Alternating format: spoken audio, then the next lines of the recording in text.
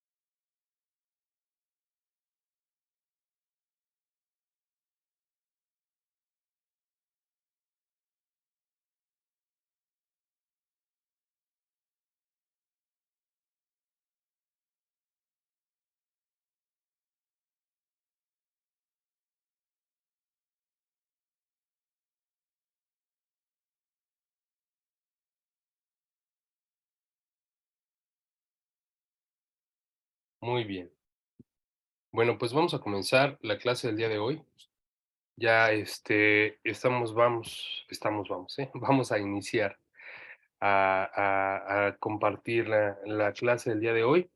No sé si recuerdan que la clase pasada habíamos dicho que hoy íbamos a socializar, íbamos a compartir comentarios sobre una liga, un video que dejé ahí para ver de tarea sobre la vida de El Rambán. ¿Lo vieron? ¿Sí? Perfecto. Bueno, entonces me gustaría mucho que de manera libre me pudieran dar sus apreciaciones sobre ese video. Estimada Lisette, adelante. Gracias, buenas tardes a todos. Bueno, pues al ver ese video uno no puede evitar pensar de qué estoy haciendo con mi vida, cuántas cosas hizo el Rambán y uno realmente no llega ni al 10%, ¿no? Correcto. Pero, pero pues es una motivación, sí, una motivación para medianamente imitarlo y poder aprender muchísimo más de todo lo que él pudo lograr en su vida, pues en torno a la Torá. Correcto. Muy bien, Gracias. estimado. Muchísimas gracias por su aportación.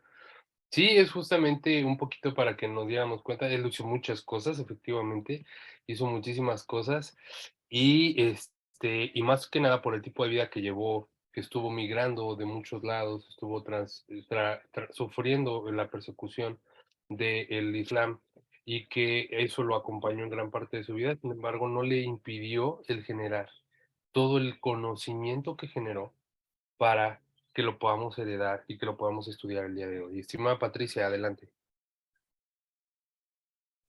Sí, también a mí me motivó mucho porque desde los 13 años que empezó su estudio, vamos a decirlo así, fue una continua, no paró, a pesar de la persecución, a pesar de que se trasladaban de un lugar a otro, él permaneció, o sea, no se dejó vencer por toda la situación que había en su entorno y llegó a ser uno de los pues grandes eruditos, ¿no? De aquel tiempo, como le decían como el Aristóteles, no me equivoco, o Platón, déjenles digo, sí, Aristóteles, el erudito Aristóteles judío, por su gran conocimiento y todo lo que él dominó en conocimientos. Y precisamente cuando después de que muere sus hijos, su esposa y su padre, él entra en un momento de que quiere estar solo, y en ese momento de estar solo lo ocupó para hacerlo de la Mishnah Torah, perdón, me confundo a veces de las, sí, la Mishnah. Sí, correcto, sí. La Mishnah, y los comentarios de la Mishnah. Correcto.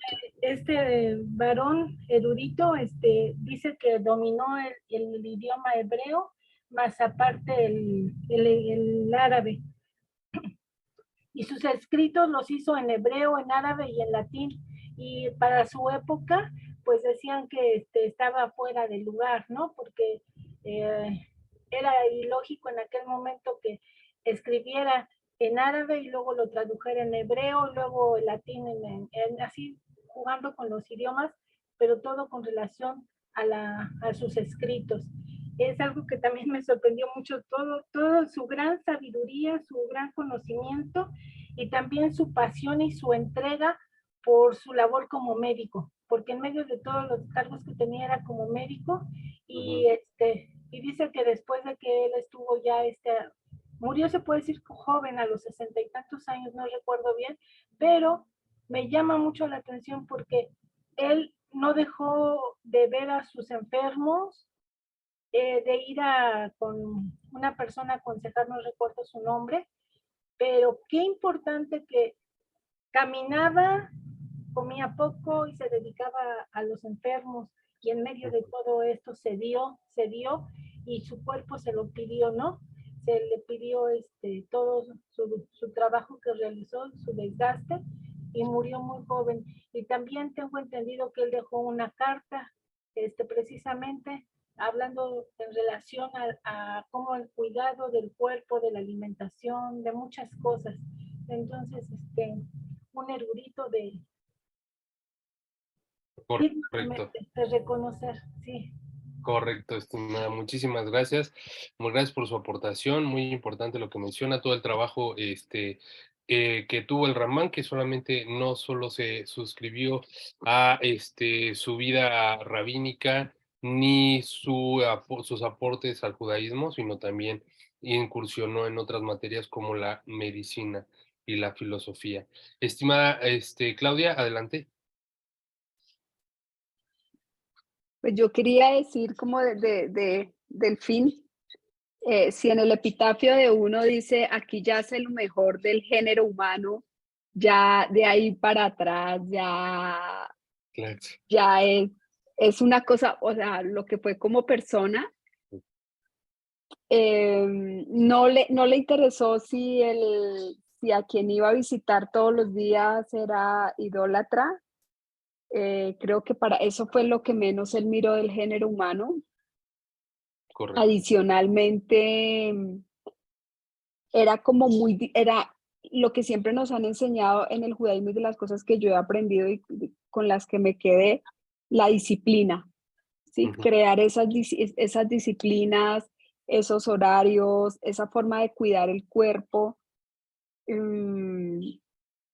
Hay una parte que los médicos hoy en día creen que lo descubrieron y hay médicos funcionales, pero creo que esos médicos funcionales que dicen que si algo se cura con la comida y no con eso viene del Rambán, ¿sí? Ujú. Eso nació de él, viene de él, o sea, que ahorita lo reencontraron nuevamente, pero creo que de todo el video, de todo lo que vi, y ya es como el tercer video que he visto acerca de la vida del Rambán, y es como la disciplina, como aceptar esa voluntad del creador, porque fallece su hermano, fallece sus hijos, fallece su esposa, y yo creo que a cualquier ser humano normal eso lo acabaría. Para él fue como, fue como más inspiración divina, lo veo yo así, como otro punto de partida, como aceptar y seguir.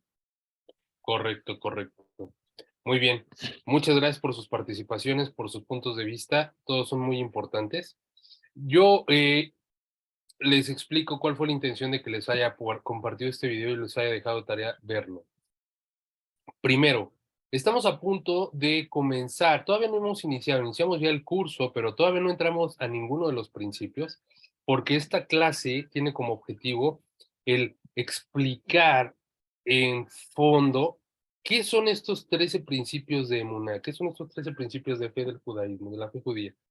Por lo tanto, hay que explicar, antes de explicar los 13 principios, hay que explicar a aquella persona que los codificó, que es el Rambam, y que teniendo un marco general, un contexto de la vida del Rambam y de sus obras y de su incursión en diferentes ciencias, también nos demos cuenta cuál es el carácter que tiene este curso y que con ayuda del cielo buscamos que se mantenga así, ¿no? Maimónides, Rabí Moshe ben Maimón, apodado Maimónides en el mundo occidental y para las fuentes judaicas conocido como el Rambam, fue nacido en Córdoba, España, en el año de 1135 y falleció en el año 1204. Fue una vida no muy longeva, sin embargo fue una vida muy prolífera. Él es el reconocido racionalista por excelencia del pueblo judío. El pueblo judío reconoce al Rambam como el racionalista por excelencia. ¿Qué quiere decir esto? Que el espíritu de su enseñanza, el fondo de toda su enseñanza y de todas sus obras, tienen una carga importante de un pensamiento lógico racional. Y esto resulta bastante curioso porque él es el codificador de 13 códigos, de 13 enunciaciones llamados los 13 principios de fe. Y cuando hablamos de fe y razonamiento o razón, parecería que son dos conceptos que se contraponen completamente. Son totalmente antagónicos. Se dan de patadas. Pero desde el monoteísmo de la Torá vamos a aprender que esto no es necesariamente así. Y el Rambam es una muestra de ello. Más allá de todos sus padecimientos y todas las peripecias que vivió el Rambam durante su vida, quiero que ustedes también observen todas las contribuciones que tuvo en el mundo. Es decir, que no solamente es un pensador judío, no solamente es no solamente es un escritor judío, ni una autoridad rabínica en el mundo del judaísmo, sino que es un pensador a nivel mundial, que impactó de manera importante las materias de filosofía y medicina, que tuvo contribuciones a las matemáticas. Es decir, que su vida religiosa no lo circunscribió únicamente a vivir en un convento, en una iglesia y practicar únicamente su judaísmo, sino que su vida religiosa fue precisamente lo que lo impulsó a dar todas estas contribuciones, no solo al pueblo judío, sino a la humanidad completa.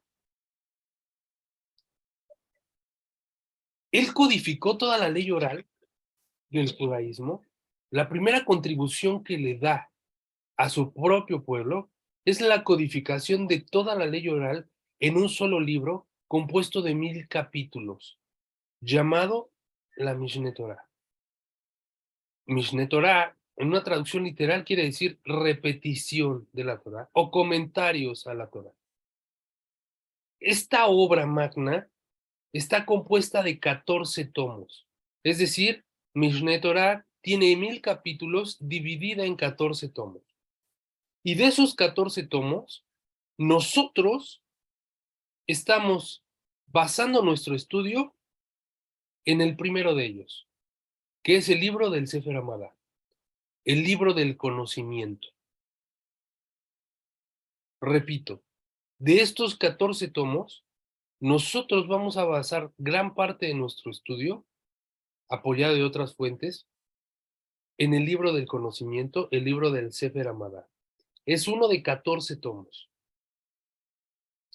Dentro de esta codificación de la ley oral, y dentro de estos 14 tomos que contienen 1000 capítulos,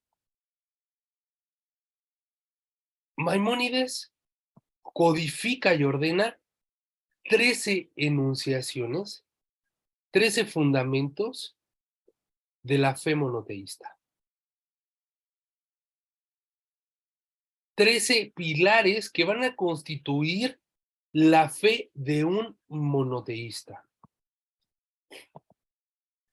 los cuales fueron aceptados de manera consensuada por todo el pueblo judío. Fueron aceptados como cánones de la fe religiosa, de la fe monoteísta, y hasta la fecha continúan en vigencia como los 13 pilares de la fe del judaísmo. Y en nuestros tiempos, como las fases del pensamiento neo-monoteísta. Maimónides fue un pensador filosófico y muchos de sus aportaciones se encontraron importantemente emparejadas con filósofos como Platón y Aristóteles, que no son contemporáneos, porque Platón y Aristóteles vivieron mucho tiempo atrás de la época de Maimónides. Sin embargo, Maimónides encontró en el platonismo y en el aristotelismo aproximaciones importantes a la filosofía judía y la concepción de la existencia del mundo con sus bases teológicas. Una de las más grandes tareas que hizo Maimónides fue establecer un sistema de vinculación entre la filosofía racional y el conocimiento científico y la teología y el conocimiento basado en la fe. Que en nuestra actualidad los sistemas religiosos consideran esto como algo que no puede ser conciliado nunca. Es decir, que si tú quieres creer en Dios, no le puedes creer a la ciencia, no le puedes creer a la filosofía. Si tú quieres creer en Dios y agradarle a Dios, tienes que renunciar a tu intelecto, tienes que renunciar a tu pensamiento y tienes que actuar únicamente por fe. Aunque estos a veces te hagan depositar esa fe en algo que no tiene fundamento ni sentido. Rambam estableció este sistema de vinculación entre estas dos cosas, lo que nos dice que esto es posible. Él sostenía que la filosofía constituye esencialmente un conocimiento del buen vivir. La filosofía constituye esencialmente un conocimiento del buen vivir. E intenta, la mayor parte de sus obras, conciliar la filosofía con la religión. Actualmente, en muchas universidades se estudia a Maimónides como la expresión del pensamiento racionalista.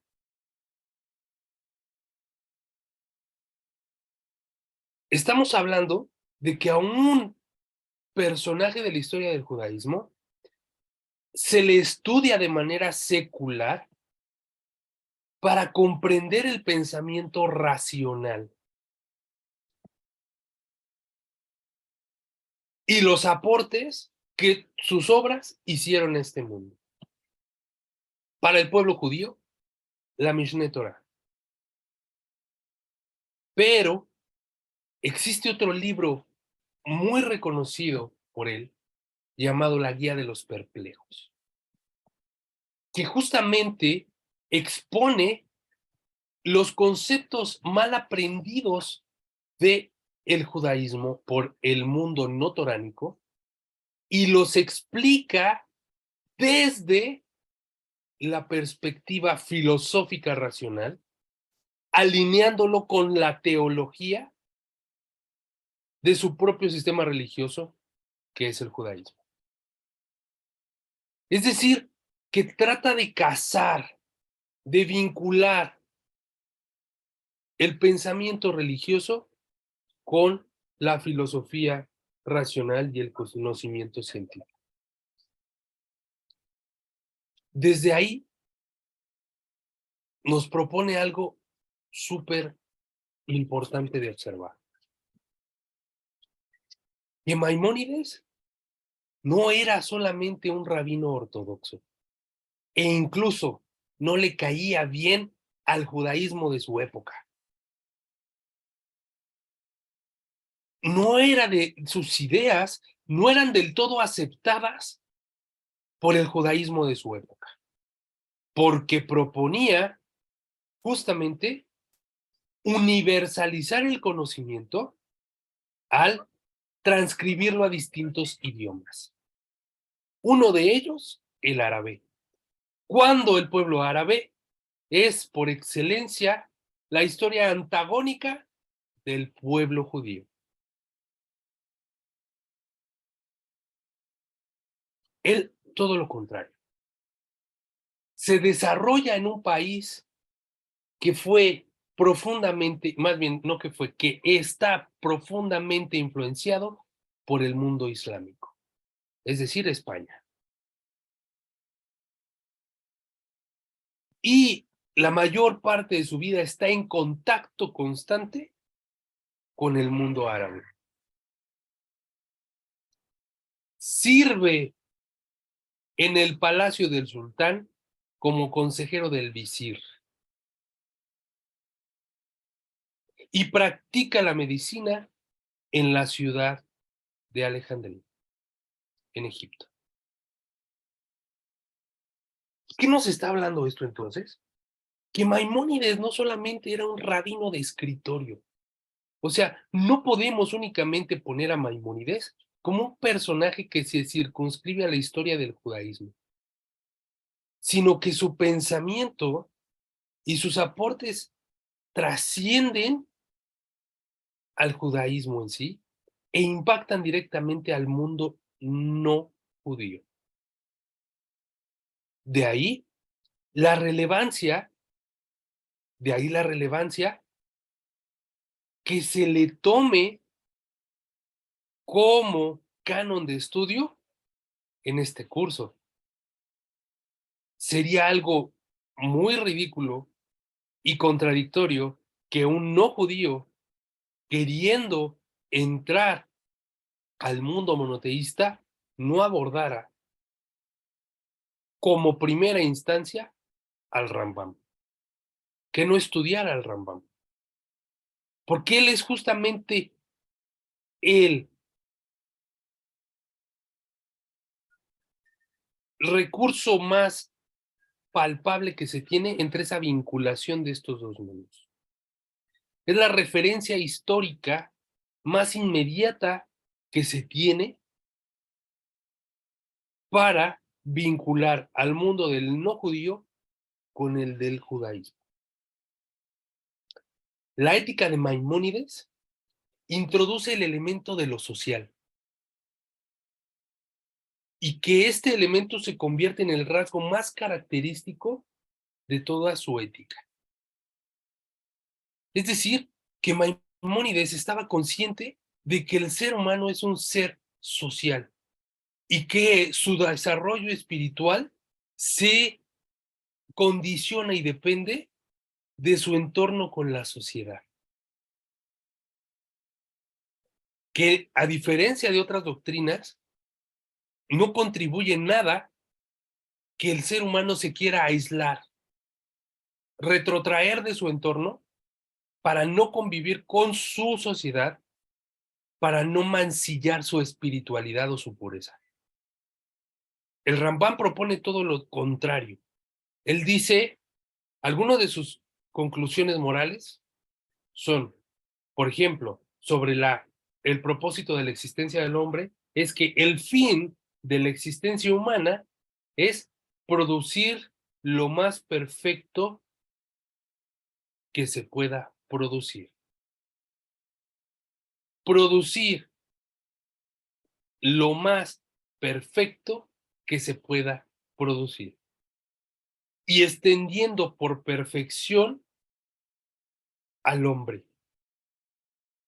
que posee el intelecto que lo caracteriza. ¿Qué quiere decir esto? Que el fin de la existencia humana es producir, es crear un hombre lo más perfecto posible, entendiendo por perfección el desarrollo de su intelecto. ¿Cuál es el fin de la existencia del hombre? En una primera instancia, dentro de la ética del Rambam, dice desarrollar nuestra moral, desarrollar nuestra ética y nuestra moral a través de ¿qué? Del ejercicio del intelecto. El máximo deber moral es, pues, que el hombre logre alcanzar el fin por el cual fue creado. El máximo deber moral es que el hombre logre alcanzar el fin por el cual fue creado. Desde aquí el Rambam nos está dando una clase de propósito de existencia del hombre. Y el bien moral es el logro de ese fin. Es decir, que ¿cuál es el máximo bien en este mundo? La proximidad con el Creador. ¿Por qué? Porque mientras yo desarrolle más mi moralidad, estoy desarrollando mi intelecto. Y la única misión que tiene el hombre en este mundo es aproximarse lo más posible, al Creador. Que esto es sinónimo de ¿qué? De desarrollar el bien moral, que es el fin último. Desarrollar el bien moral en este mundo, que es nuestro objetivo principal. Sobre las acciones que conducen a este bien moral, el Rambam explica que una acción es buena o mala en cuanto coadyuve a turbar al hombre. Vuelvo a repetir, perdón, me equivoqué. Una acción es buena o mala en cuanto coadyuve o turbe, ayude o perjudique al hombre en su esfuerzo de lograr el fin de su existencia. Una acción es buena o mala en cuanto esta acción le ayude o perturbe al hombre en su esfuerzo de lograr el fin de su existencia. ¿Cuál es el fin de su existencia? El alcanzar el bien moral y desarrollar su intelecto. Pocas palabras, aproximarse a la existencia, a la conciencia de la existencia del Creador.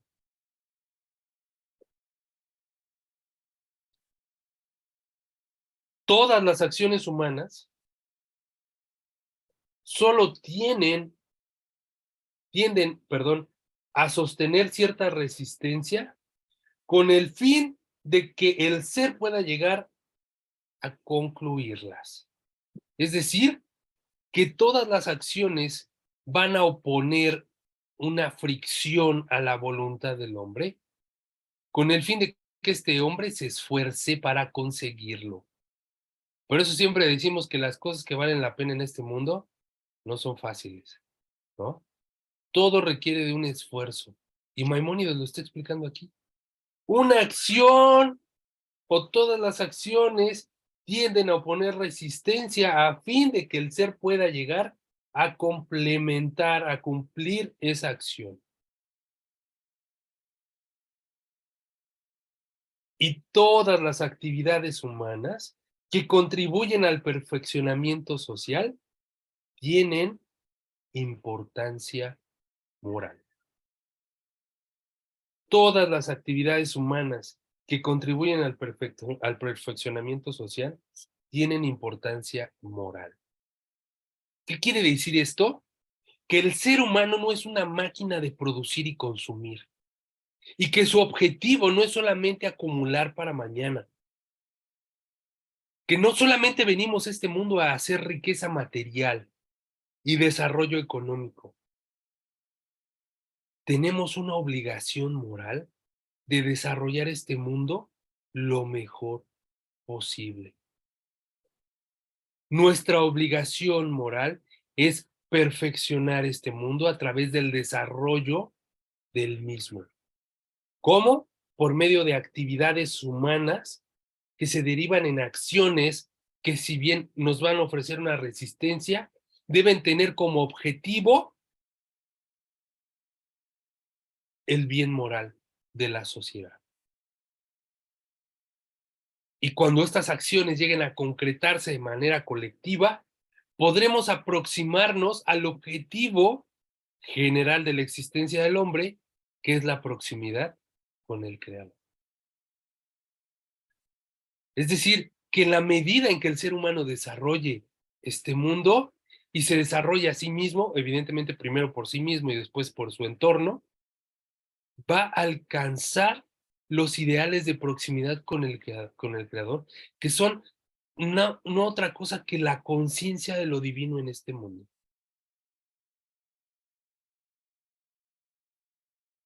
Por lo tanto,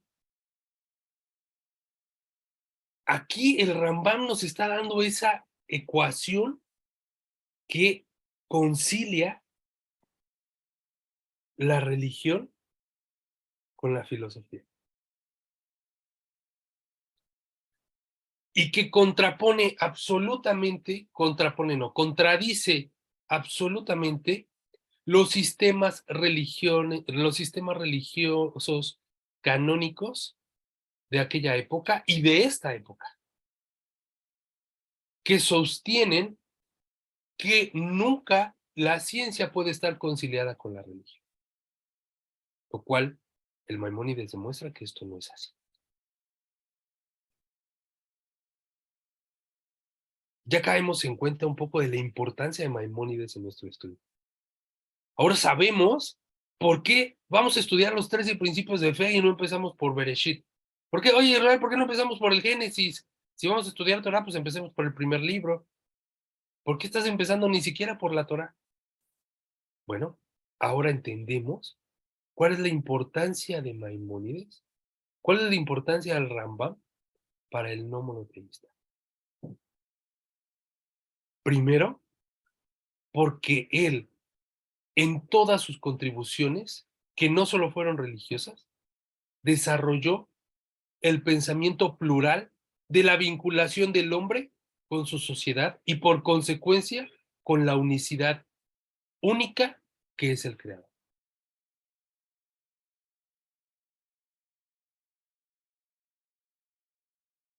Y esta unicidad la codificó en 13 principios.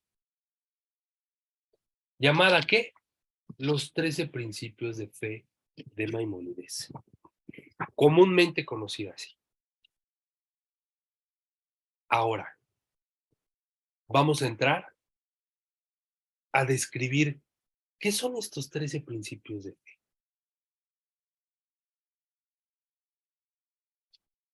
Para poder entrar a eso, tuvimos que primero contextualizar estos 13 principios de fe, explicando quién es el que los codificó.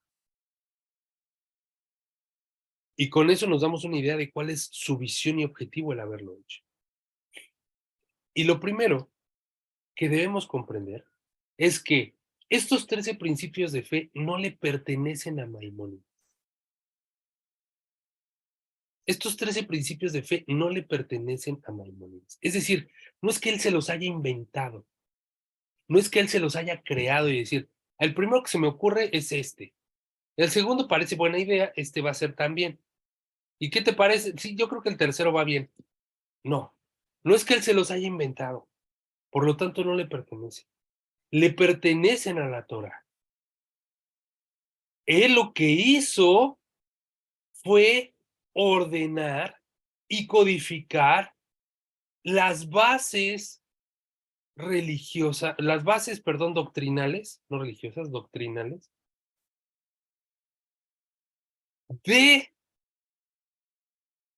el pensamiento de la filosofía judía y del pensamiento toránico desde la perspectiva del judaísmo. Pero no solamente desde la perspectiva del judaísmo, sino también con base en el pensamiento racional y la comprobación. Desde el pensamiento lógico racional y la comprobación. Lo que hizo Maimónides fue ordenar y codificar estos 13 principios de fe, pero estos 13 principios de fe ya existían, encriptados, codificados, inmersos dentro de las enseñanzas de la Torá. Por lo tanto, no le pertenecen a Maimónides. Él lo único que hizo fue ordenarlos. ¿De acuerdo? Pero no son producto de su intelecto, no son producto de su creación. Esto es producto de la sabiduría de la Torá. Entendiendo sabiduría, entendiendo Torá, perdón, como la definición que dimos la clase pasada de un saber. La Torá como un saber. La Torá como un conocimiento. ¿Sí? Entendiendo la Torá en esta expresión como un conocimiento que se ha heredado de generación en generación a través de algo llamado la Mesorá, que es que la tradición oral. La tradición oral que ha ido replicándose de generación en generación a través de los miles de años de existencia del hombre. Entonces Maimónides lo único que hizo fue codificar estos 13 principios para poder ordenar lo que ya existía. Ahora, estas 13 enunciaciones giran en torno a un mismo concepto. Estas 13 enunciaciones giran en torno a un mismo concepto. ¿Cuál es este concepto? Fe. El concepto al cual giran estas 13 enunciaciones es un concepto súper complicado de abordar, porque se llama fe. Y cuando nosotros decimos fe, regularmente nos referimos a algo que no puedes comprobar. Algo que tienes que estar obligadamente a solo creer que puede ser. ¿Cómo es posible entonces que Maimónides haya hecho 13 principios con esa característica que tiene de racionalista basados en fe? ¿Esto es posible? ¿Cómo es esto? Maimónides, nos estás volviendo locos. Lo que pasa es que la fe, como concepto, desde la perspectiva monoteísta, no es el mismo concepto de la fe que tenemos en el mundo no monoteísta. La clase pasada explicamos que cuando nos referimos a fe, estamos hablando de una fe común, que es la que el mundo no monoteísta conoce como la fe que debe de tener una persona que debe de creer en algo. Y poníamos el ejemplo de decir, creíamos en los Reyes Magos, pero no existen, ¿no? Esa es la fe común. Yo creo, pero de creer a que sea, hay un abismo de diferencia. de creer a saber, hay un abismo de diferencia. Entonces, ¿a qué hace referencia el monoteísmo de la Torá cuando dice fe? Para el monoteísmo de la Torá, la palabra fe quiere decir convicción certera. Para el monoteísmo de la Torá, la palabra fe quiere decir convicción certera. En hebreo, la palabra fe se llama emuná. Entonces, la emuná es sinónimo ¿de qué? De convicción certera. ¿Y qué es entonces la convicción certera? No tener dudas. Que no te quepa la duda. Sin embargo,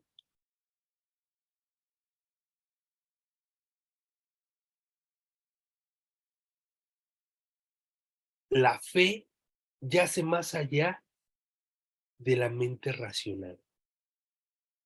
El libro de Kabbalah para las Naciones, en el libro de Kabbalah para las Naciones, el rabino Isaac Ginsburg nos enseña lo siguiente.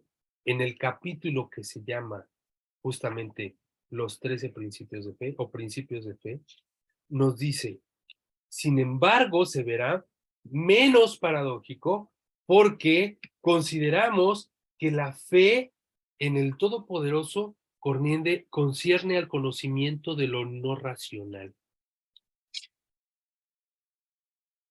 Concierne al conocimiento de lo no racional. Está más allá de lo que el pensamiento racional puede permitirte comprender. Dice, como explica la sabiduría del Hasidut, la fe es el poder supremo del alma,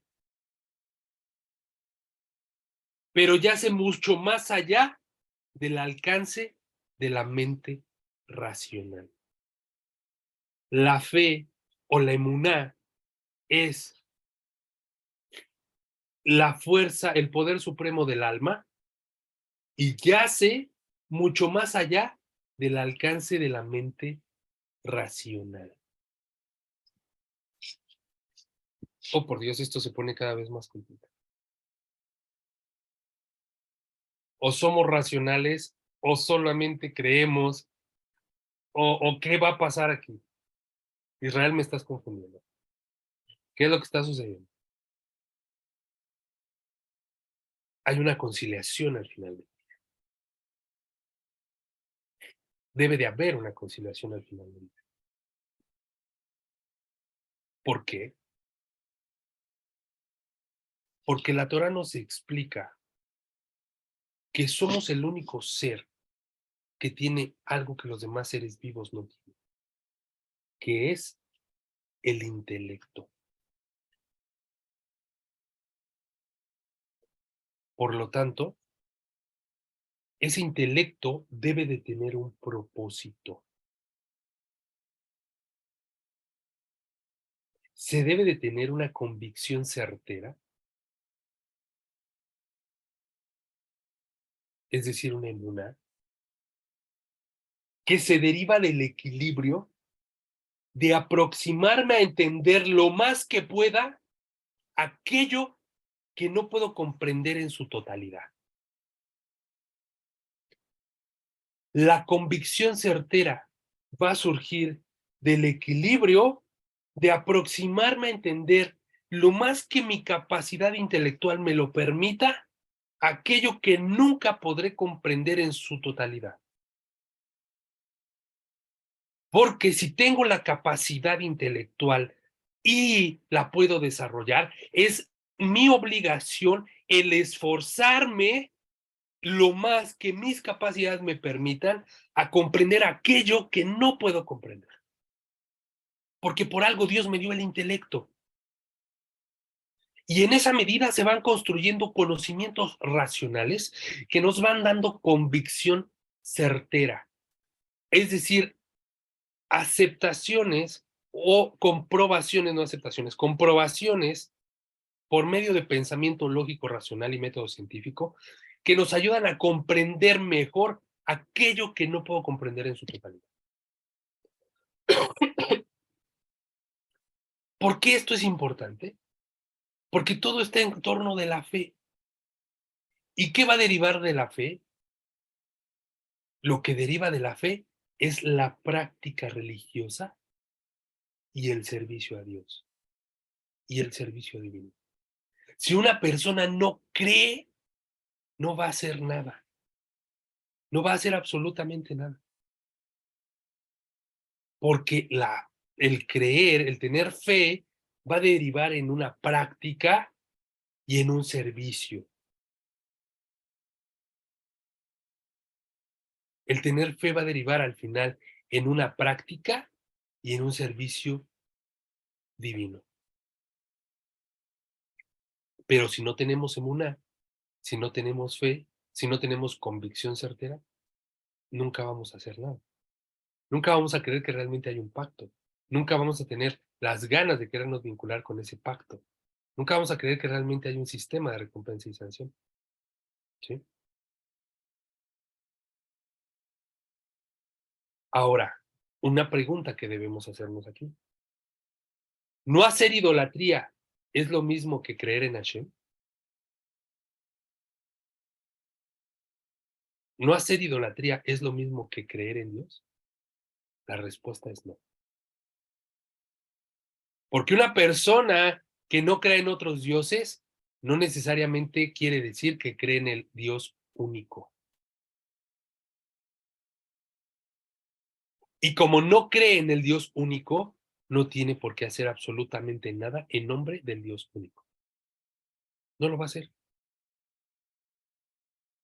¿Por qué? Porque una persona que no cree en el Creador querría cumplir su voluntad. Es como cuando nosotros, desde el lenguaje, constituimos algo con lo que constituimos algo en la existencia porque lo nombramos. Si yo nombro una mesa, existe la mesa. Si yo nombro una silla, existe la silla. Pero si yo no nombro a un creador, no existe el creador. Porque dentro de mi intelecto, dentro de mi conciencia, no está la existencia del creador. Por lo tanto, para mí no hay una conciencia de lo divino y por lo tanto no hay un pacto que yo deba de seguir. Por lo que no hay una práctica. Por eso, para que podamos practicar, antes debemos aprender a creer. Por eso, antes de que podamos practicar, lo primero que tenemos que hacer es aprender a creer. ¿Y qué es exactamente esta fe en el Creador único? ¿Qué es exactamente esta fe en el Creador único? El judaísmo ve a la fe como algo suprarracional, es decir, que está más allá de la comprensión de lo racional, está más allá de mi intelecto. Sin embargo, como ya lo expliqué hace un momento, es la obligación del ser intelectual esforzarse en comprender aquello que le es incomprensible para poder aproximarse cada vez más al bien común, que Maimónides nos explicaba anteriormente sobre las acciones morales, ¿no? En la medida en la que yo me esfuerce en el bien de mi sociedad, estoy contribuyendo al bien máximo que es la proximidad con el Creador, lo cual me requiere de un esfuerzo. Y este bien máximo es la conciencia de la existencia de Dios y la práctica de sus leyes para desarrollar este mundo conforme a su voluntad, en una conciencia de lo social. Por lo tanto, el judaísmo, pese a que ve a la emuná o a la conciencia de lo divino como algo suprarracional, Maimónides compiló una lista de 13 enunciaciones, de 13 principios, que refleja la singularidad de la fe monoteísta. Y estos 13 principios de fe son, primero, creer que Dios existe. Si no creemos que Dios existe, ya desde ahí no hay nada que hacer. Segundo, creer que Dios no tiene cuerpo. Tercero, perdón, regreso. Segundo, creer que el Creador es uno. Tercero, creer que el creador no tiene una forma corporal o física. Cuarto, que el creador se antepone al tiempo y al espacio, es decir, que es atemporal. 5, que solo a él es digno de alabársele y orar. 6, que la profecía existe y es verdadera. 7, que Moshe es el máximo profeta por excelencia del pueblo de Israel y que de él proviene la profecía verdadera. 8, que la Torah es completa, que no está incompleta o que requiere de modificaciones.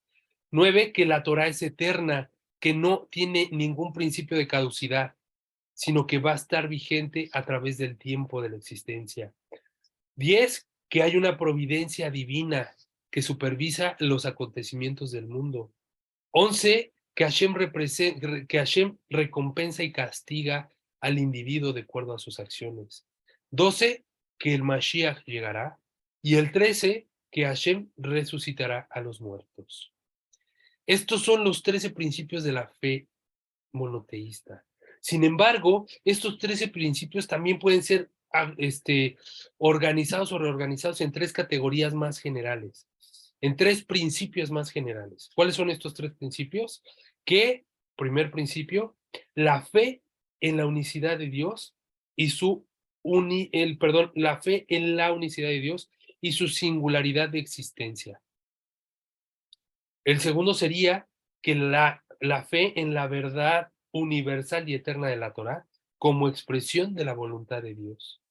Y la tercera sería la fe en la recompensa y el castigo basando en la conducta del individuo. Los 13 principios anteriores fueron consolidados o fueron codificados por el Maimónides. Los 3 principios posteriores que yo acabo de citar fueron codificados de manera anterior al Maimónides y pueden contener los 13 principios anteriores. Sin embargo, todavía puede haber un resumen. Es decir, que por supuesto que estos 3 principios son a su vez una elaboración de la expresión general de la fe de la Torá en la absoluta unicidad de Hashem. ¿Qué quiere decir esto? Que estos 13 principios, que a la vez se pueden convertir en 3 principios, pueden concluir en solamente un principio, que lo expresa la Torá en su capítulo número 6, en el versículo número 4 del libro de Deuteronomio, donde dice: Oye Israel, Hashem nuestro Dios es uno. Hashem es nuestro Dios, Hashem es uno. Si se dan cuenta, partimos del primer principio, que es comprobar que es primero caer en conciencia de la existencia del Creador, creer que Dios existe, y ya que caemos en cuenta de esa existencia, entonces se pueden dividir en 3 categorías más y subdividir en 13 categorías más. Vamos de 13 a 3 a 1. Y así es como Hashem se refleja en este mundo. Por eso en la clase anterior yo les decía, vamos a aprender la explicación del concepto que Hashem vive en la pluralidad. La unicidad de Hashem se refleja en la pluralidad. ¿Por qué? Porque así como lo estamos viendo en estas 13 categorías, partieron de 13 y se llegaron a ser una, que es simplemente la conciencia de que Dios existe. Perdón. Pero para ello vamos a tener que desarrollar muchas herramientas previas antes de poder tener al 100% la conciencia de la existencia del Creador en este mundo. Una de ellas es distinguir la diferencia entre las palabras creer, saber y conocer. Con esto estamos terminando la clase del día de hoy. Voy a dar oportunidad para que existan preguntas, consultas y comentarios. Con mucho gusto los podemos atender. Por favor, díganme que tienen preguntas, porque si no, quiere decir que no me pusieron atención. Adelante, quien quiera. O comentarios.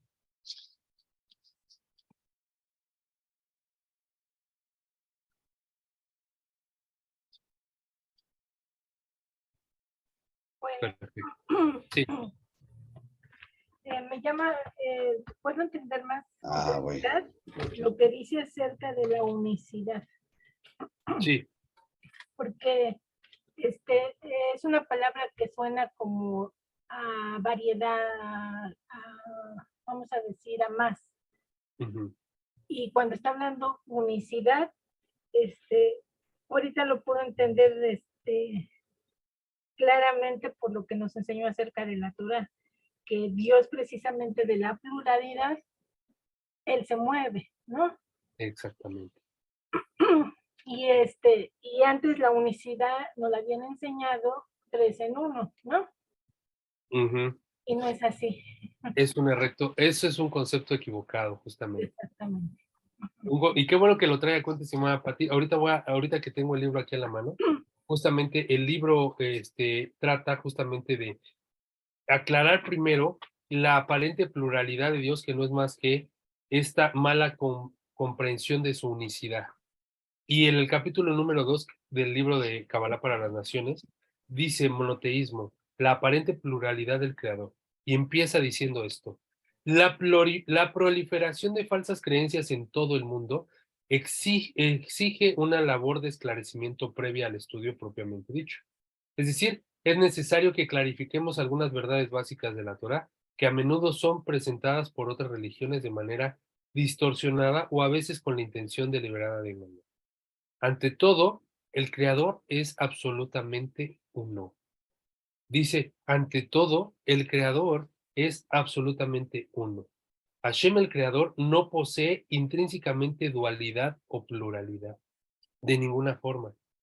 Todo aparente pluralidad que la gente, perdón, toda aparente pluralidad que la gente aprecie en el Creador es el resultado de nuestra incapacidad fundamental de concebir y comprender el proceso de la creación y con él la presencia infinita del Todopoderoso. ¿Qué quiere decir aquí esto? Que nosotros experimentamos al Creador a través de un mundo plural, de un mundo de diversidad, de un mundo de descomposición, y no me refiero con esto de manera peyorativa, que esté mal o esté descompuesto, sino que está pluralizado, que está fragmentado, que está dividido. Es un mundo de pares, es un mundo de ausencias. ¿Por qué? Requiere de complementos. Veamos, así como hay un día, hay una noche. Así como hay un sol, hay una luna. ¿Para qué? Para poder hacer un día. La Torá dice, y fue la tarde y la mañana, un día.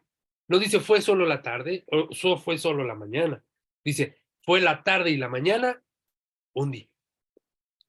Este mundo aparentemente plural es plural solo para nuestra propia comprensión de lo real, desde nuestra conciencia racional, lo que abordábamos hace un momento, ¿no? O sea, nuestro pensamiento racional es lo que nos permite comprender al Creador desde su pluralidad. Pero eso no quiere decir que Él sea plural o que sea varios. No, esa es la manera en cómo lo percibimos. Pero Él es una unicidad tan única como lo que nos enseñan los 13 principios, que se pueden concatenar en 3 principios generales y que también se pueden simplificar en uno, que es la conciencia de la existencia del Creador. Y eso es muy importante y algo que vamos a ir desarrollando en los primeros 3 principios, que espero les guste mucho cuando los vayamos a abordar. Ok, Muy bien, gracias. estimada Patricia. Muchas gracias. ¿Puedo Sí, adelante. preguntarle algo acerca, por ejemplo, yo puse, la palabra dice que nosotros somos el único ser que tiene intelecto. Entonces, en el intelecto está podríamos decir, el saber y el conocer, ¿verdad? Correcto, sí. ¿Sí? Y en la fe, la práctica, el servicio, que yo lo pongo como acción, ¿no? Del conocimiento, accionar. Es correcto, muy ¿Sí? bien. Es Ok. correcto, es así. Ahora, entendamos también que esta parte desde la Torá, cuando decimos que el ser humano tiene un intelecto, no hace referencia únicamente a la capacidad del ser humano de razonar, sino principalmente hace a referencia a la capacidad del ser humano de tener un alma moral. con capacidad de distinguir entre el bien y el mal. Eso es el intelecto desde la Torah. Es que el ser humano tiene un alma moral que tiene la capacidad de distinguir entre el bien y el mal. Y esa es la principal característica de divinidad en el ser humano. La capacidad de distinguir entre el bien y el mal. ¿De acuerdo? Tenía por ahí el micrófono encendido, estimado José Williams. Adelante. Sí, esa parte es sumamente importante cuando usted habla acerca de esa capacidad moral. O sea, la cuestión es que pienso en este momento que nos enseñaron solamente, pues hablo de lo antiguo, que nomás tomaron como esa parte y la convirtieron en religión.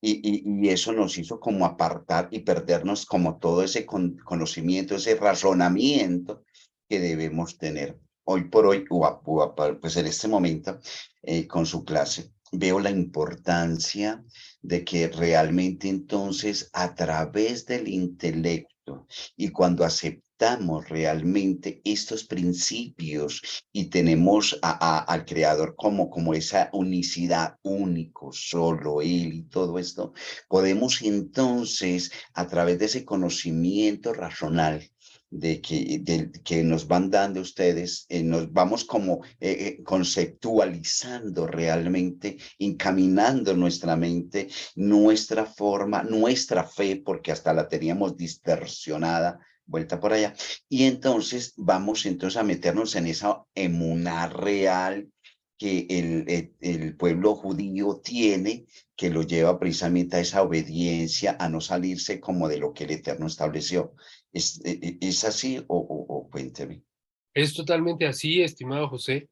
Justamente ese es el objetivo inicial de este curso. Yo cuando empecé este curso hace 2 clases, les decía, si nosotros empezamos a explicar a la Torá frente a una comunidad judía y diciéndole que vamos a explicar a la Torá de manera racional, nos van a decir ustedes están locos porque la Torá no es racional, la Torá es espiritual. Pero para una persona que va ingresando al monoteísmo de la Torá, el ejercitar su intelecto a través de la observación y las preguntas, del pensamiento lógico racional, resulta necesario, resulta indispensable, porque lo que acaba de usted señalar es justamente el meollo del asunto, que se tomaron algunos conceptos del monoteísmo, los descontextualizaron, no los explicaron y los impregnaron de ignorancia. Y la base de la ignorancia, la base del miedo, perdón, es la ignorancia. La raíz del miedo es la ignorancia. Por lo tanto, la religión está impregnada de miedos. ¿De qué? De censuras. ¿Por qué? Por falta de dominio de tema, por falta de conocimiento, por ignorancia. La raíz del miedo es la ignorancia. Por lo tanto, para poder quitarnos de los pensamientos dogmáticos que esclavizan nuestro intelecto, es necesario, perdón, ejercitar y desarrollar nuestro pensamiento libre, orientado a descubrir el fin de la existencia del hombre, que es justamente conocer al Creador y aproximarnos lo más que se pueda a él. Pero es justo lo que acaba de decir. Muy bien, estimado. Perfecto, muchas gracias. Con gusto. Estimada Claudia, adelante. Pues en ese contexto como práctico que enseña Maimónides de la ética, la sociedad actual está absolutamente alejada de ello, ¿no? Y actualmente nos están vendiendo como si fuera producto de la canasta familiar el homosexualismo y las drogas, ¿sí? Nos pasa aquí en Colombia, pues con un presidente que eligieron 11 millones, que uno dice a qué horas el homosexualismo forma parte de, ya vamos casi en materia obligada en los colegios, ¿sí? Mm. Entonces cuando yo les digo a mis hijas y ellas van a su colegio y dicen, Dios hizo hombre y mujer y si Dios lo hubiera querido otra cosa, Él la hubiera hecho, ¿sí? Entonces, Y lo mismo con el tema de las drogas, ¿no? Entonces, se está viendo como que se volvió tan natural, o sea, como que estar fuera es raro, ¿sí? Es Entonces uno dice, definitivamente esa ética, esa moral, esa inteligencia, porque todo esto, todo lo anterior que te comento, de verdad que básicamente es producto de la ignorancia, ¿sí? Básicamente es ignorancia en su máxima expresión, en esa falta de verdad de temor al creador, ¿sí? De querer cambiar ese orden, ¿sí?, que nos dio el creador. Y entonces lo encuentro aquí en todo lo que tú dijiste al principio acerca de esa pluralidad, pero además de esa universalidad que enseña también Maimónides, ¿sí? Que no es específico, no es sectario, sino es para, como para el que lo quiera estudiar, ahí lo tiene y sale de esa ignorancia. correcto. Justamente es eso lo que acabas de mencionar. Ahorita en nuestro mundo estamos experimentando una justamente ausencia completa de este conocimiento que nos hace caer en errores tan fundamentales como el tema de la sexualidad y la aparente eh, normalización que se quiere generar a través de ello, ¿no? Es una realidad que en la actualidad yo siempre lo que he procurado compartir en estos espacios es de que no se trata, la vida ya no la podemos ver en términos de lo bueno y lo malo, sino lo tenemos que ver en términos de lo verdadero y lo falso. Entonces, la Torá nos enseña a ver eso justamente. La Torá no nos enseña a ver cosas únicamente entre que esto es bueno y esto es malo, porque lo bueno y lo malo está en función del objetivo. Sin embargo, lo que es verdadero y lo que es falso son trascendentes a través del tiempo, son verdades inmutables. Y la realidad es de que el hombre es hombre y la mujer es mujer. Y siempre va a ser así. Y la sexualidad no es algo de hay una palabra que utilizan actualmente para poder referirse a eso, de cómo te autopercibas, sí, sino es una cuestión biológica, ¿no? Y eso es una verdad, no es algo que yo esté inventando, digo, la ciencia lo dice, ¿no? Pero justamente es esta parte en que ya no podemos o no alcanzamos a distinguir lo que es verdadero y falso, y lo confundimos entre lo bueno y lo malo. Y ahora consideramos que es malo violentar a una persona por decir la verdad, ¿no? Incluso esto ya lo venía diciendo Dostoyevsky y decía justamente esto, la tolerancia alcanzará tal nivel que la gente inteligente se le prohibirá pensar para no ofender a los imbéciles, ¿no? Esto ya lo decía Dostoyevsky desde hace unos 100 años atrás. Entonces, la tolerancia está llegando a estos límites y esto es lo que nosotros debemos no de juzgar y no de criminalizar, sino tenemos que ponernos en práctica a ver qué es lo que nos toca hacer en nuestro entorno, qué debemos de hacer con lo que nos toca en nuestra cancha para poder desarrollar, como justamente Maimónides nos enseña, nuestra sociedad. Porque aún en esta aparente confusión y distorsión de la realidad que vivimos en nuestro tiempo, está la providencia divina actuando. Tiene un propósito de ser, tiene una razón de existir y es Akadosh Baruj Hu actuando sobre el mundo. Entonces, tiene que haber un porqué. Y más allá de un porqué, un para qué. Algo que vamos a aprender en este curso también es eso. Dejaremos a un lado el porqué porque el porqué es justificativo. El para qué es utilitario. El para qué nos va a dar la razón del porqué. Nos va a dar la razón de lo que tenemos que hacer. Nos va a explicar lo que tenemos que hacer con las cosas. ¿De acuerdo? Muy bien, Clau, muchas gracias por tu aportación. Tengo la mano levantada de Gerson. Denme un minuto, voy a conectar mi computadora.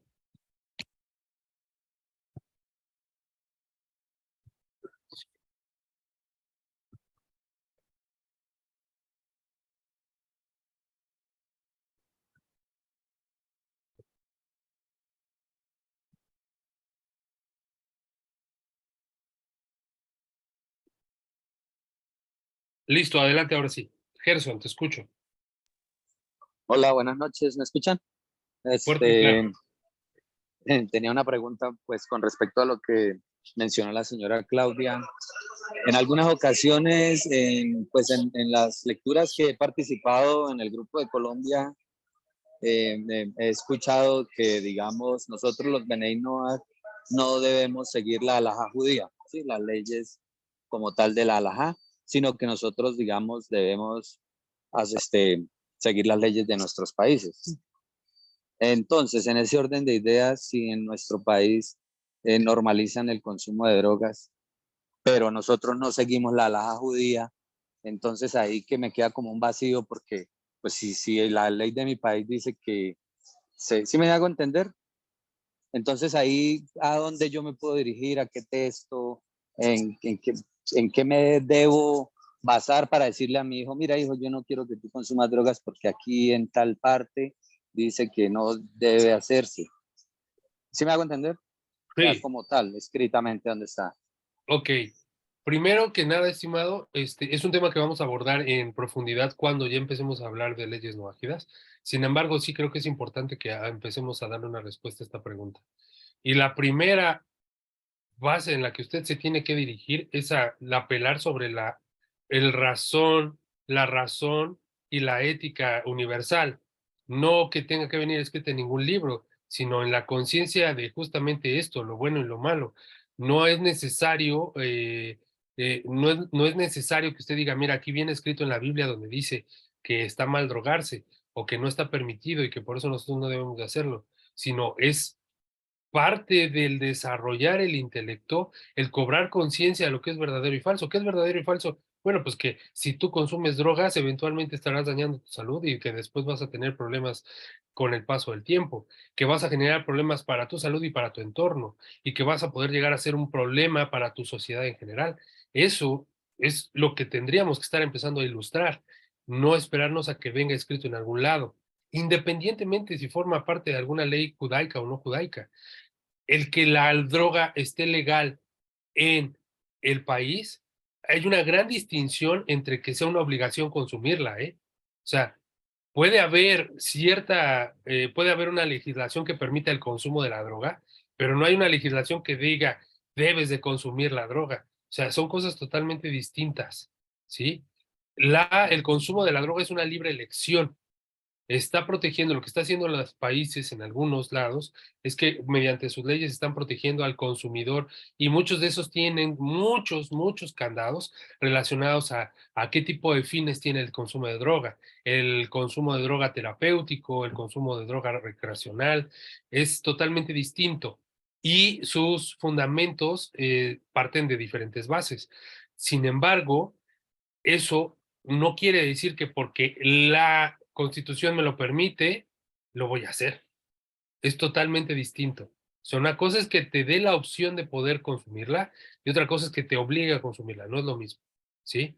Y la explicación que tenemos que dar a nuestros hijos es simplemente pues la que proviene de la del sentido común, la de explicar y decir cuáles son las consecuencias de una vida de consumo de drogas desmedida, la forma de utilizar las drogas de una manera irresponsable y cómo te repercuten a tu salud y a la salud de tu entorno, ¿no? Creo que eso es lo principal que se tendría que hacer, estimado. Ahora, no se necesita ser judío para basarse en una halajá y decir, oye, está mal consumir drogas. Eso cualquier persona lo puede saber sin la necesidad de ser judío, ¿no? Creo que eso es importante que quede claro. Estimado, Perdóneme, Muchas gracias. de claro, hecho, perdóneme, de hecho, lo que está haciendo muchos países es certificando el pecado, legalizando el pecado, pero eso no quiere decir que el Eterno esté de acuerdo con eso en lo absoluto. correcto. Aquí voy a hacer una anotación breve como asterisco en su comentario, estimado José.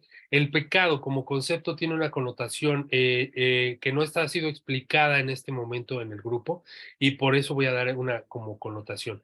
En el grupo, en este centro de estudios, traduciremos la palabra pecado como transgresión, porque la palabra pecado trae una solamente connotación de culpa, pero no de responsabilidad. Es distinto. Me siento mal con lo que hice, estoy totalmente avergonzado de lo que hice, pero no me hago responsable. ¿Qué es hacerse responsable? Es reparar el daño, ¿sí? Eso es hacerse responsable. Por lo tanto, aquí no entendemos nosotros la palabra, o no existe tal cual el término de pecado, sino es transgresión, porque la transgresión establece una relación legal, es decir, que había algo que no debías de hacer y lo hiciste, por lo tanto transgrediste y tiene que haber una reparación de daño, ¿sí? Haciendo una Perfecto. puntual excepción de eso. Muchas Perfecto, gracias. sí, agradezco la aclaración. Y entonces podría decirse entonces que en muchos países están como legalizando la transgresión, pero eso no quiere decir que nuestro eterno Padre esté de acuerdo con ello, ¿verdad? Es correcto, es correcto. O sea, pese a que nosotros tenemos nosotros, cuando digo nosotros, me refiero a los Bnei Noaj o las leyes noájidas establecer leyes y cortes de justicia, nos obliga en cierto modo a respetar las leyes, pero eso no quiere decir que no participemos de manera activa en cambiarlas y en modificarlas y en mejorarlas. O sea, el que nuestra sociedad actualmente tenga algunas regulaciones las cuales vayan fuera del código monoteísta, no quiere decir que se tienen que quedar así, pueden cambiar, pero es mi responsabilidad establecer leyes y cortes de justicia, justamente alineadas a los valores monoteístas, que en la actualidad no sucede, pero es mi responsabilidad trabajar para que ello suceda. ¿De acuerdo?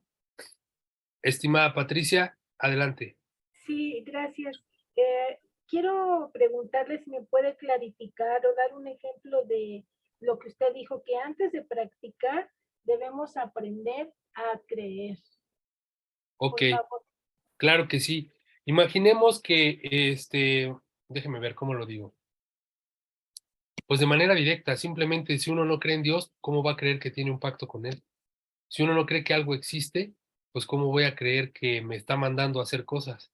Entonces, antes de practicar, debemos de aprender a creer. ¿Qué quiere decir esto?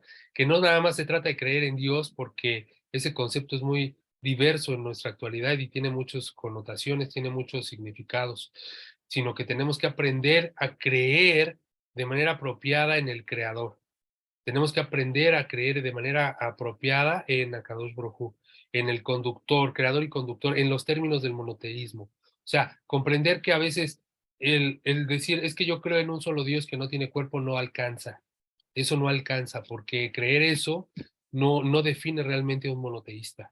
El decir es que yo creo solamente en uno y no creo en tres, o creo solamente en un Dios, pero también creo que existe un ayudante o existe un antagónico, o creo que existe Dios único, pero también creo que existe el chanclas o el diablo o el Lucifer, o llámelo como quiera, eso tampoco es monoteísta. Eso no es realmente monoteísta. Por eso les digo, tenemos que aprender a creer. ¿A creer en qué? En términos del monoteísmo de la Torah.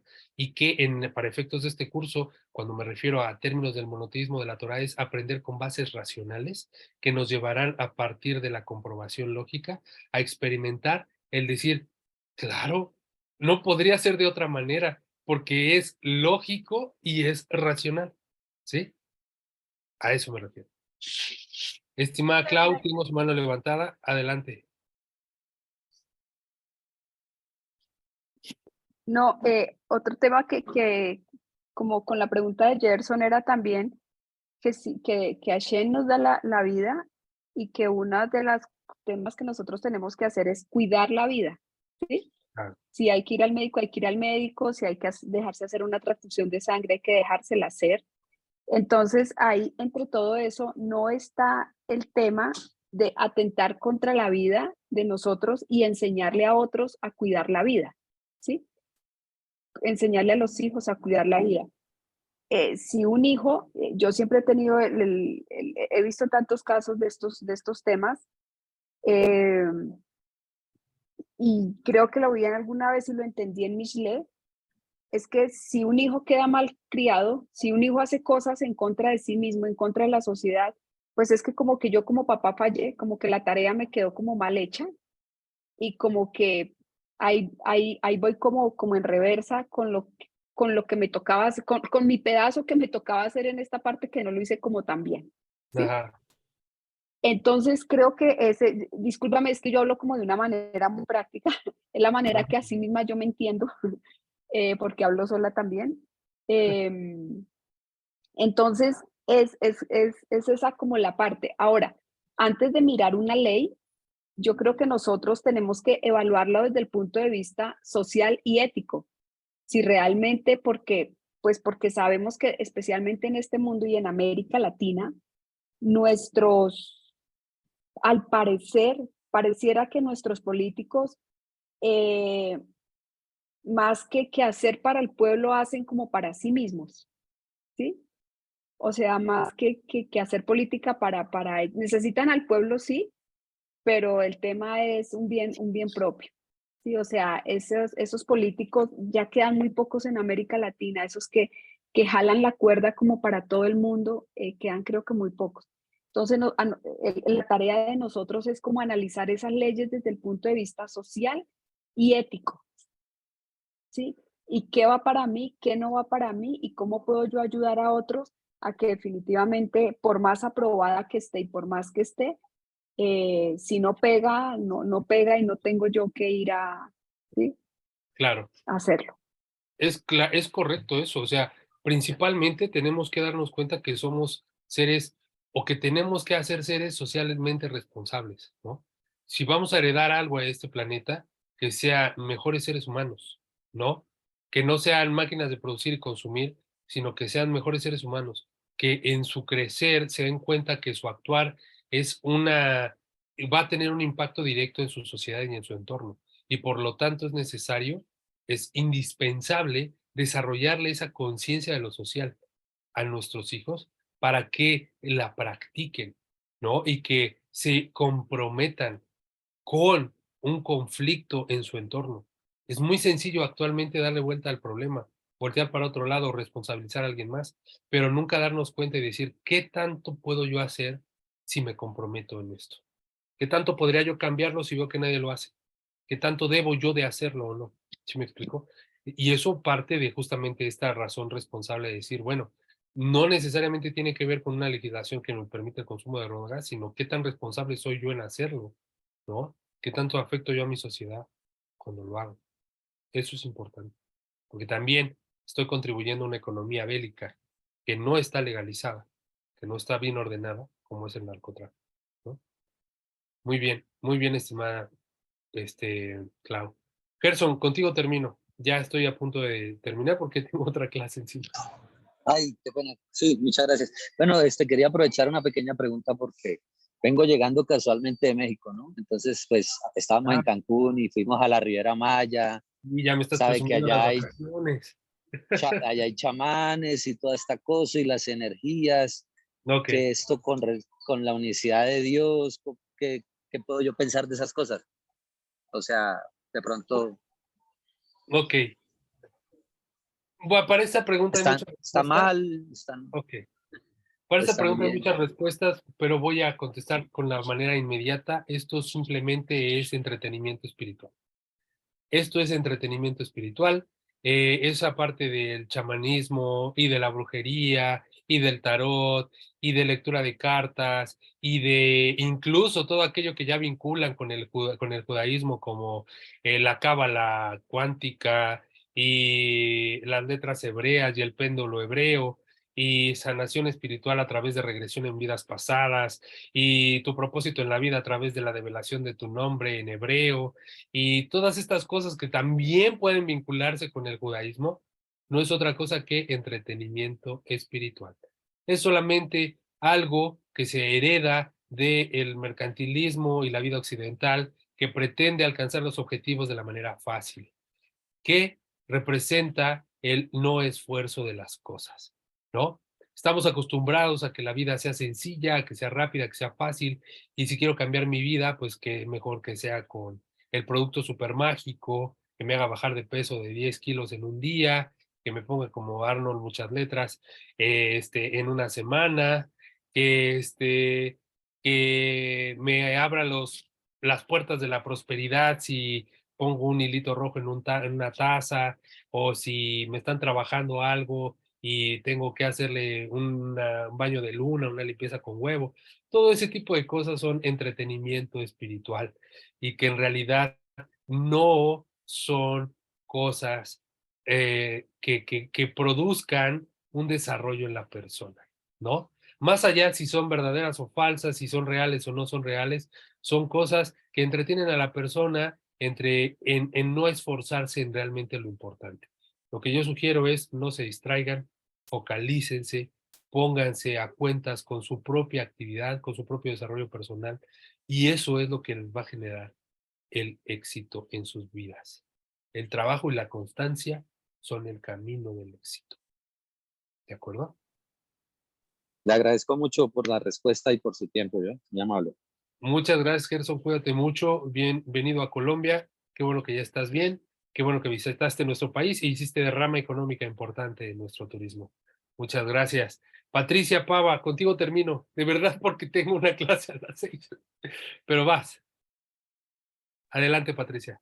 ¿Cómo está, señor Israel? Buenas tardes a la sala. Muchas gracias. Le hago una pregunta pequeña. Recuerdo lo que usted decía de que es entretenimiento espiritual. Tengo claro que todo el tiempo nosotros debemos estar en continua comunión con el Eterno y dependencia, pero al trabajar de pronto con personas, hay personas que tienen una manera, ¿cómo decirlo? Como una energía, como una vibra fuerte o fea, o ¿cómo se maneja eso? Lo digo en mi caso soy esteticista cosmetológica, trabajo haciendo masajes, tratamientos corporales, faciales, masajes relajantes, y yo siento a veces cuando las personas están como cargadas o es a veces desagradable y yo digo, Padre, guárdame, por favor, pero sí es un tema como que no entiendo, ¿sí? Pero Ujú, no sé a la luz de la Torá, ¿cuál es la ujú. realidad?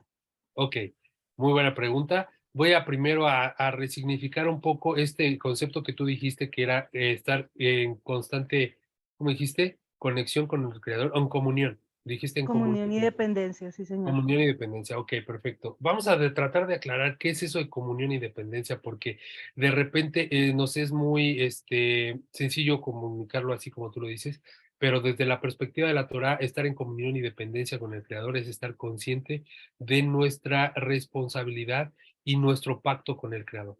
Es decir, que no depende de qué tanto te amo, qué tanto te siento cerca de mí, sino más bien depende de qué tan responsable soy de mis acciones. Porque Hashem lo que va a estar evaluando constantemente es tu actuar. Y estar en comunicación, en comunión y dependencia es actuar conforme a la voluntad del Creador.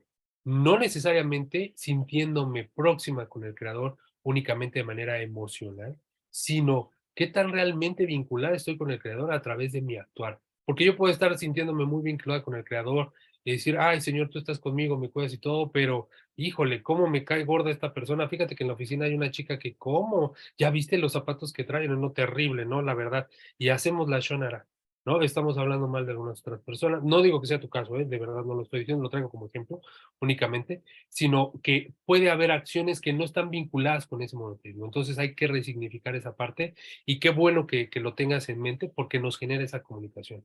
Ahora, en el otro aspecto, con respecto a la carga energética de una persona, eso es algo muy real.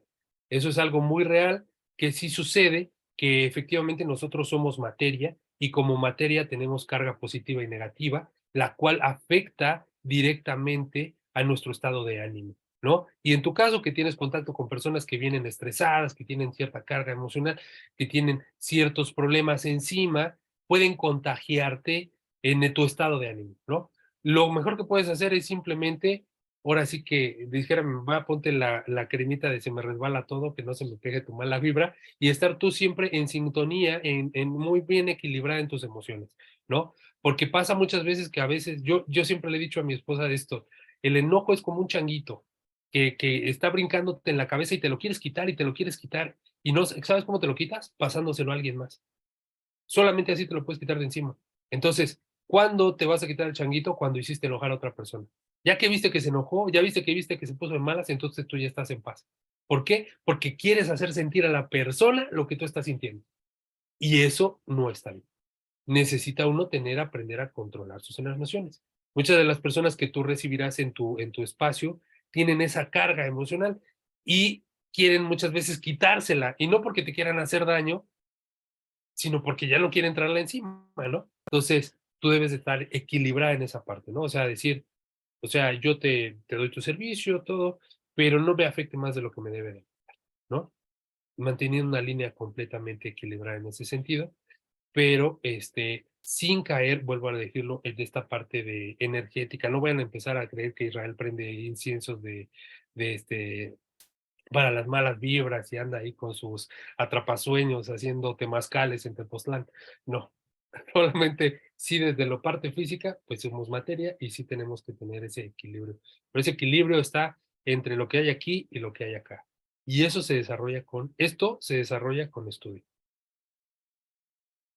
¿De acuerdo? Sí, señor, muchas gracias. Con Muy mucho amable. gusto, señora Patricia. Perfecto, bueno, pues ahora sí estoy terminando la clase el día de hoy.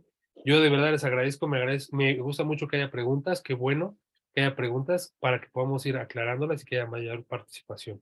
Con la ayuda del cielo nos preparamos la clase para el siguiente domingo y continuamos con la interacción durante la semana en el grupo de WhatsApp. Les agradezco mucho su atención, que tengan un excelente inicio de semana, que Hashem les multiplique en bendiciones y nos vemos en la próxima. Amén, amén. Muchas Gracias, gracias. Israel. Gracias. Gracias a todos. Feliz Gracias. semana. Gracias, Israel.